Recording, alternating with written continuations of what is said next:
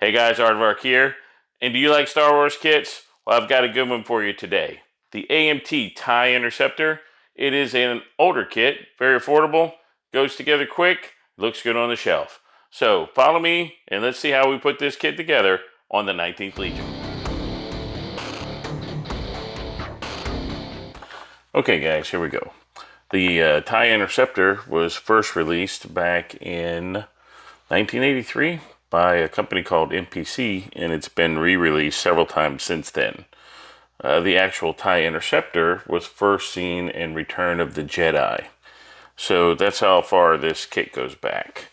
So the new kits that you see, the Bandai kits, are a different scale. This is 1/51st scale, which is an oddball scale. I don't know why it's like that. The new Bandai kits are basically 1/72nd. So let's take a look at the cost difference between the two kits. Here you can see that you've got the different variations. All these are the same. I just took a snapshot of eBay, and you can see the different prices ranging from 30 bucks to 14 bucks. But if you click over to the Bandai kit, then you have the $100+ 1/72nd scale Bandai kit. I haven't seen a Bandai kit in person, so I'm not sure exactly how big it is, but 100 bucks for a Star Wars kit, that's a lot. So considering that the new Tamiya F4 is also 100 bucks, and that kit is the pinnacle of model building at this point. But let's move on. Let's go off to the races here and talk about building the kit. So here are your parts, just basically on the sprues. Not a lot of detail on the interior. This is what your instructions look like. Some of the problems this kit has is it does lack some detail, and that's an opportunity for some people to build. So while I'm snipping the parts off here, some of the things that have been noted as missing are like it doesn't have the actual engines on it that are modeled on it. But hey, that's a scratch building opportunity. There are some variations between the hulls from the actual studio models to this. But hey, look man, this is a really simple kit. It was really easy to put together. It's actually a snap together kit, and you could buy one of these pretty cheaply and put it together with your kids.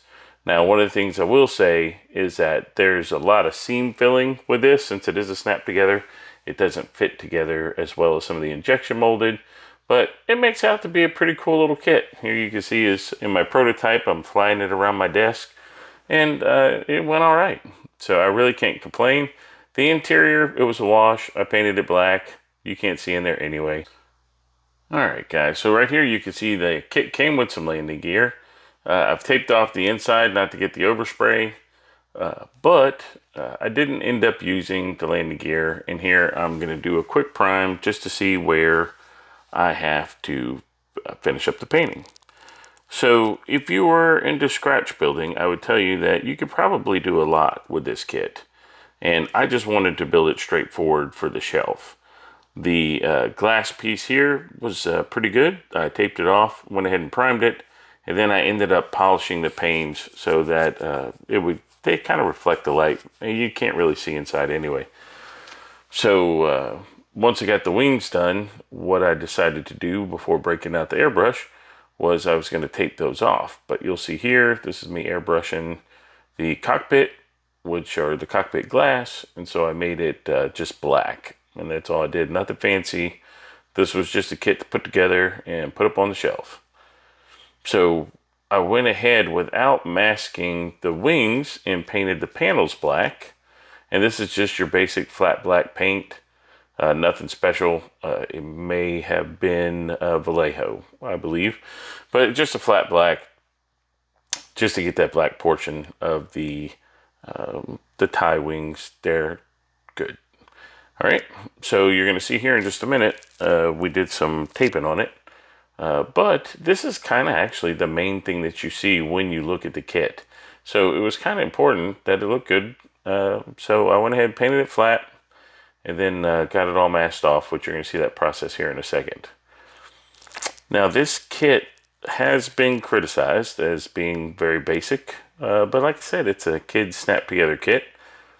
And I think it really makes around, it makes it up for it when it's sitting on the shelf if you just want a good looking, uh, TIE fighter from across the room or 3 feet away. If you're looking for something to enter into a contest, either you can scratch build your heart out on this, or you can get that new Bandai kit if you got all that money. Okay guys, here you can see where I placed the tape on here, and I basically went with the blue painter's tape, and that saved a lot of time from using the Tamiya tape, because the Tamiya tape I had to cut in little strips and it was just taking forever. So I went ahead and got the blue painter tape out, painted over or taped over one of the panels, and then I would burnish it down with this stick, and then I would use my X-Acto knife to run along the edge. And basically it was a very nice clean cut because you could lean into that raised edge right there, and it didn't mar the paint underneath at all. Now there were a couple points, I believe I said this already, where it bled through, and I just went back and touched it up with the black paint. No big deal. So this was pretty efficient, pretty quick. I'm like I said, I know I've said you could probably build one of these in the afternoon, but it was a lot of fun. I had a good time. These panels are what makes the model the model. Now here you go. What I did, you can see the Tamiya tape on the one. This is some more Mr. Surfacer covering up the black overspray. So I then used a aircraft color. I'll put it up here as a picture, and this color was closer to the studio colors for Return of the Jedi, because as I learned by watching Adam Savage's channel, they actually, in the first Star Wars, they overexposed the film, which made the TIE fighters look almost light gray, or very light gray. So when they went back and did Return of the Jedi, they used a different technique, and you had this darker color. So this is the darker color after a black wash. And the wash, as you can see here, just was put on pretty evenly. A lot of it rubbed off. I rubbed a lot of it off with the cotton balls or Q-tips. And then I went back and dry brushed with the original color. And it worked out really well. I did pick out a few of the panels on the inside for some different colors, just to add a little, to break up the monotony in there. And but adding the wash to it really makes it pop. Now the big reward moment, you get to actually take the tape off and see the job that you did. And as you can see, those panel lines, man, are pretty right there. They're pretty straight, little tape residue, but everything came together, and I was pretty happy putting this kit together. It did take me a couple days because I allowed like the primer coat to dry before I messed with it, and then I was working on it after work. But yeah, all in all, it went together really well. Pretty simple. You're going to see some finished shots here in just a minute. If you could find one of these kits at a model show, man, pick it up. I think I paid about $15 for this and a X-Wing from AMT also. And they weren't boxed together, but this modeler had them in his collection. So here's the finished product. And that's what it looked like. Now that stand is actually a Gatorade bottle cap and a piece of brass rod, because when I did buy this kit used, it didn't come with the original stands, so I had to make do. So I broke out the JB Weld and made me a flight stand. And hey man, like I said, relax. You're building models for you. If you don't like it, that's fine. This model was made for me, and I have a bunch of other Star Wars stuff I'm going to put together on the shelves, and this will look fine just right in there. Took it upstairs where I've got the photo booth set up, and took some of these shots, and it actually looks really good in these shots. But to me, that right there looks like a TIE Interceptor. It's good to go.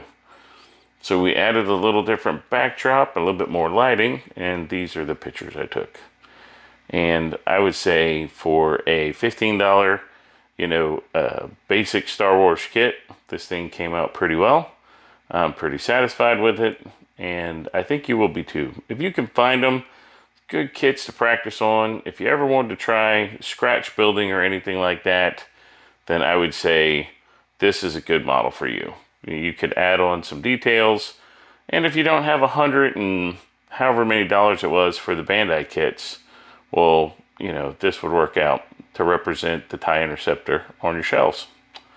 So check back next time. I got a lot of good content coming up. And that'll be it here from the 19th Legion.